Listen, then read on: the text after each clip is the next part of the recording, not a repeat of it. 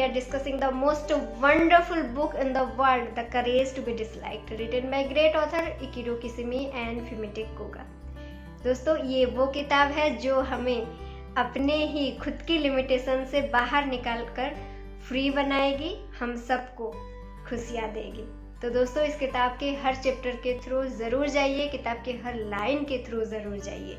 तो दोस्तों, इस किताब में हमने ये डिस्कस किया हुआ था कि एक यंग मैन आते हैं एक फिलोसोफर के पास, उनकी पूरी ज़िंदगी के सारे सवाल लेके। तो एग्जैक्टली वो जो यंग मैन है वो रिप्रेजेंट कर रहे हैं हम सबको, यानी कि वो जो सवालें पूछ रहे हैं वो हम सबके सवालें हैं, जो एक बहुत अच्छी बात है कि ये सवाल हम किसी को पूछ नहीं सकते हैं, लेकिन ये किताब अपने आप ही हमारे सवालों का जवाब दे रही है। So we are so thankful and grateful to this authors, और कि उन्होंने इस तरह का किताब लिखा। तो दोस्तों, जो हमने पहले अपने पिछले एपिसोड में ये डिस्कस किया था कि वो जो यंग मैन है वो उनका जो पहला सवाल होता है, वो जो सवाल लेके आते हैं कि दुनिया इतनी कॉम्प्लिकेटेड क्यों है, तो वहाँ पर बहुत अच्छी तरह से फिलोसोफर उनको समझाते हैं कि दुनिया कॉम्प्लिकेटेड नहीं है, ये दुनिया एक ऑब्जेक्टिव वर्ल्ड नहीं है, ऑब्जेक्ट हमेशा सेम है। उस ऑब्जेक्ट को मीनिंग हम देते हैं, यानी कि हम सब एक ऑब्जेक्टिव नहीं बल्कि एक सब्जेक्टिव वर्ल्ड में रहते हैं, और वो दुनिया में रहते हैं जिस दुनिया की मीनिंग हम खुद देते हैं, यानी कि ये दुनिया हम जैसे चाहें वैसे ही बनती है। तो इसका मतलब ये होता है कि अभी जो भी चीज़ें हो रही है, जो भी है, ये सब मेरे कंट्रोल में है, मैं चेंज कर सकता हूँ। वो कैसे कर सकता हूँ? अगर मैं खुद चेंज हो जाऊँ, इसका मीनिंग ये है। तो यहाँ पर जो पहला डिस्कशन है इस चीज़ को लेके, जो बहुत बड़ा डिबेट होती है वो यंग मैन और फिलोसोफर के बीच, वो 5 एपिसोड में 5 रात में बांटे गए हैं किताबों में, यानी कि वो 5 रात तक फिलोसोफर के पास जाते हैं और रात भर वो लोग डिस्कशन करते हैं। अभी जो हम डिस्कस करेंगे वो पहली रात की बात हम डिस्कस करेंगे कि वहाँ पर उन्होंने क्या क्या डिस्कस किया।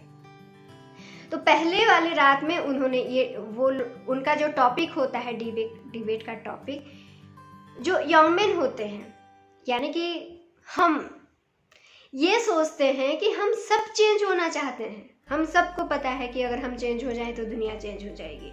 हम सब चेंज होना चाहते हैं, लेकिन हम चेंज हो नहीं पाते, हो नहीं सकते। और फिलोसोफर उनको ये बताने की कोशिश कर रहे हैं कि अगर हम चाहें तो चेंज हो सकते हैं, हम चाहते ही नहीं हैं। किस तरह से? तो इसके बारे में हम अभी डिस्कस करेंगे।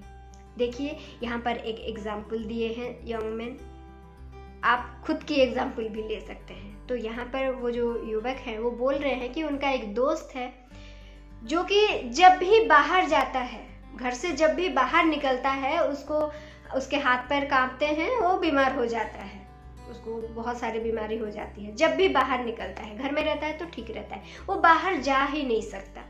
इसका मतलब क्या हुआ? देखिए, ऐसा तो नहीं है ना कि वो बाहर जाना नहीं चाहता, वो बाहर जाना चाहता है, यानी कि वो चेंज होना चाहता है, लेकिन वो चेंज हो नहीं सकता। यंग मैन का कहना यही है, जो कि हम सबका कहना भी होता है। हम सब भी यही बोलते हैं कि हम चेंज होना चाहते हैं, लेकिन इस चीज की वजह से हम चेंज हो ही नहीं पाते। और वो चीज कहाँ से आती है? हमारे पास्ट के कुछ एक्सपीरियंस से, जिसको हम ट्रॉमा या फिर ऐसा कुछ नाम देते हैं। पास्ट एक्सपीरियंस, गंदा वाला एक्सपीरियंस, ठीक है। एडलरियन साइकोलॉजी के हिसाब से फिलोसोफर बोल रहे हैं कि ट्रॉमा नाम की कोई चीज एग्जिस्ट ही नहीं करती। घबराइए मत, हम इसको अच्छे से डिस्क्राइब कर रहे हैं, ठीक है।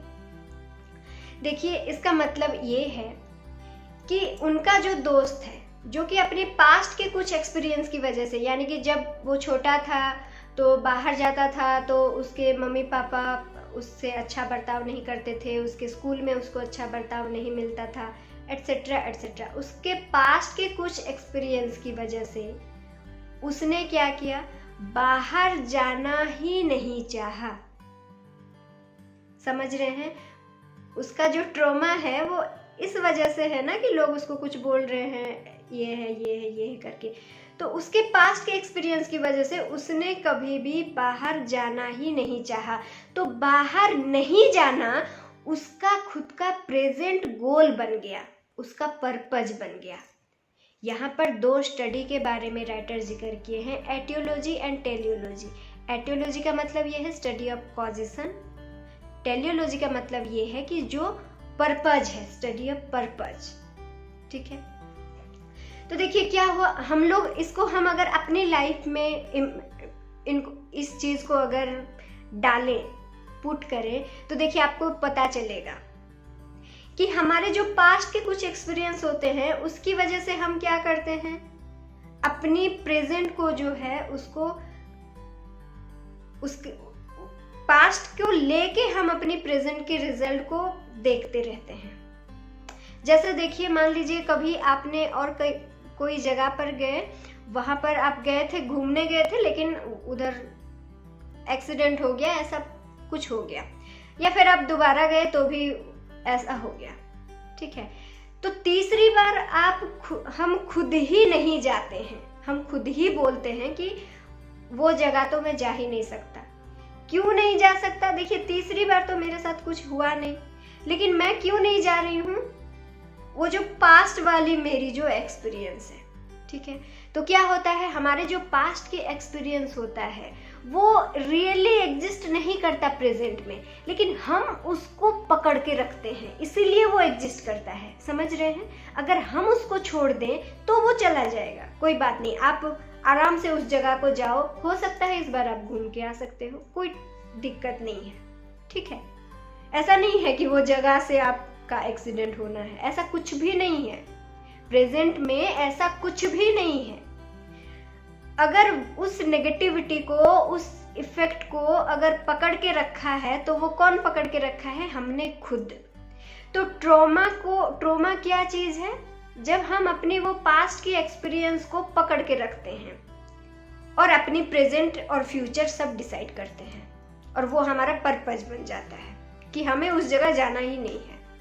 ठीक है, तो क्या होता है, जब हमारा उस जगह को जाना ही नहीं होता है, पर्पज ही हमारा है कि मुझे बाहर जाना ही नहीं है, तो क्या होता है, जब आपको कोई बोलेगा कि चल बाहर चलते हैं, आप अपने अंदर ही अंदर उस बात को सोच के हम अपनी एंजाइटी लेवल को बढ़ा लेते हैं, और उसी तरीके से हमारा बॉडी रिएक्ट करता है। लूज मोशन होने लगता है, टाइट मोशन होने लगता है, मोशन नहीं आता, पसीना आता है, माइग्रेन होता है, बेहोश हो जाते हैं, एटसेट्रा एटसेट्रा, पेट दर्द होता है, हाथ पैर कांपते हैं, पैर दुखना चालू हो जाता है, एटसेट्रा, जो भी होता है। तो आपको समझ में आ रहा है चीजें कैसे होती है? एग्जैक्टली हमारे साथ अभी ऐसा कुछ हुआ नहीं है, लेकिन क्योंकि हम अपने एक्सपीरियंस को पकड़ के ट्रॉमा बना के रखे हैं, उस चीज़ को एनर्जी देके खुद पकड़ के रखे हैं, तो हमारा वो पर्पज ऐसे बन जाता है, और उस पर्पज की वजह से हम अपने आप को एक्सक्यूज देते रहते हैं।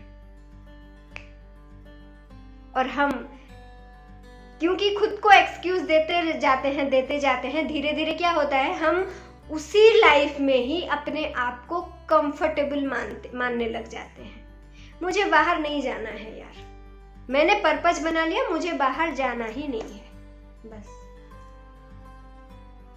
दूसरी बात है, किसी किसी को आपने देखा है, किसी किसी को बीमार रहना हमेशा अच्छा लगता है, वो लोगों को बोलते रहते हैं कि मैं हमेशा बीमार हूँ, ऐसा है वैसा है। वो क्यों बोलते हैं पता है? क्योंकि वो जब लोगों को बोलते हैं, लोगों का जो कुछ, जब लोगों का अटेंशन, लोगों का सिंपैथी जब उनको मिलता है तो अच्छा लगता है उनको। तो उस अटेंशन को पाने के लिए वो अपनी बीमारी को, देखिए अभी कोई बीमारी हो या ना हो, या फिर थोड़ा सा अगर सर दर्द है तो उसको बढ़ा चढ़ा कर बोलते हैं। क्यों बोलते हैं पता है? क्योंकि वो बीमार रहने में ही अपने आप को कंफर्ट फील कर रहे हैं। ठीक है, लेकिन वो प्रेजेंट के सिचुएशन में ऐसा कुछ नहीं है। तो इस तरह से हम खुद ही उस सिचुएशन, उस चीज को नहीं मानते हैं, उस सिचुएशन को खुद ही अंदर पकड़ के रखते हैं और ट्रॉमा बना के रखते हैं, खुद ही अपनी एंजाइटी लेवल को बढ़ाते हैं उस चीज को सोच के, और खुद ही हम उस चीज़ को छोड़ना ही नहीं चाहते। अगर हम आज चाहें कि उस चीज़ को हम छोड़ दें तो हम कल से बाहर निकल सकते हैं। और इसीलिए फिलोसोफर यही बोल रहे हैं कि जो लोग चेंज नहीं होते, इसका मतलब ये है कि वो नहीं चाहते। और ये देखिए एक बहुत ही अंदरूनी भावना है। इसको अगर आप सही में बहुत अच्छी तरह से समझेंगे और अपनी लाइफ में यूटिलाइज करेंगे तो जिंदगी पलट सकती है। सो दोस्तों, इन सारी बातों को बहुत अच्छी तरह से समझने की कोशिश कीजिए और इस किताब के थ्रू ज़रूर जाइए। और अगर और कुछ आपको समझ में आता है तो प्लीज़ हमारे साथ कमेंट के थ्रू डिस्कशन कीजिए। और आपको और कौन कौन से किताब चाहिए उसके लिए भी आप कमेंट कर सकते हैं, ताकि हम आप लोगों के लिए वो सारी किताब लेके आए। So thank you so much friends for watching. हम नेक्स्ट मिलेंगे नेक्स्ट एपिसोड में, इसी रात की, ये पहली रात की और कुछ तथ्यों को साथ में लेके। Till then bye bye.